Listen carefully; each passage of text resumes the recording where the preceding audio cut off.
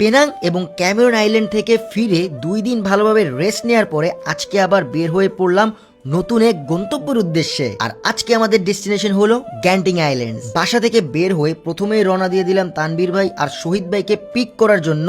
সেখানে গিয়ে দেখি আমাদের জন্য এক বিশাল আয়োজন। শহীদ ভাই আগে থেকেই গরুর মগজ কিনে এনেছেন আর রান্নার ব্যবস্থা করা হয়েছে আজিজ ভাইয়ের হোটেলে, যেটা KWC বরাবর চকলেট হোটেল নামে পরিচিত। হোটেলে ঢুকেই মনে হলো যেন পুরো একটা বিয়ে বাড়ির আয়োজন। মুরগি, চিংড়ি, রূপচাঁদা, মগজ সবই একদম খাঁটি দেশি স্বাদ। পেট ভরে খাওয়া দাওয়া শেষ করে আমরা রওনা দিয়ে দিলাম গ্যান্টিং আইল্যান্ডের উদ্দেশ্যে। সিটি থেকে হাইওয়েতে উঠলাম, মনে হলো গ্যান্টিং হচ্ছে পাহাড়ি অঞ্চলের এক অসাধারণ জায়গা, একেবারেই ভিন্ন একটা জগৎ। পাহাড়ের আঁকাবাঁকা রাস্তা ধরে ধরে এগোতে এগোতে আমরা ঢুকে পড়লাম মেঘের ভিতরে। রাস্তার মাঝখানে এক জায়গায় থামলাম। এই জায়গাটাতেও আমি আমার ফ্যামিলি নিয়ে এসেছিলাম। ভিউ এতটাই সুন্দর ছিল যে ড্রোন না উড়িয়ে থাকতে পারলাম না। কিছু দারুণ ড্রোন শট আর সিনেম্যাটিক ফুটেজ নেওয়ার পরে আবারও যাত্রা শুরু করলাম গ্যান্টিং এর দিকে। ব্যক্তিগতভাবে আমার কাছে গ্যান্টিং এর রাস্তাটা অনেক ভালো লাগে। বৃষ্টি, মেঘ আর পাহাড় মিলিয়ে এক অন্যরকম অনুভূতি। কিছুক্ষণ পর আমরা পৌঁছে যাই প্রিমিয়াম আউটলেট। গাড়ি পার্ক করে একটু ঘোরাঘুরি করি। ঘুরতে ঘুরতে হঠাৎ চোখে পড়লো একটা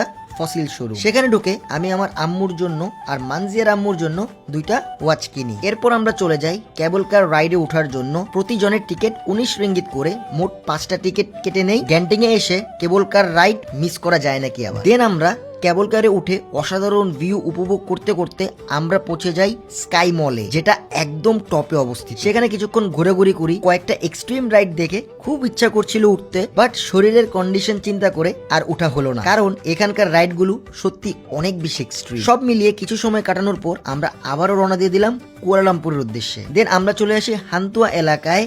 সেখানে এসে আগেই ঝালমুড়ি খাই। দেন আমরা চা খাই অন্য একটা রেস্টুরেন্টে, আর সেই রেস্টুরেন্ট থেকেই আমাদের রাতের খাবারগুলো একবারে প্যাক করে নিই। দেন তানভীর ভাই আর শহীদ ভাইকে বিদায় দিয়ে আমরা চলে আসি আমাদের বাসায়।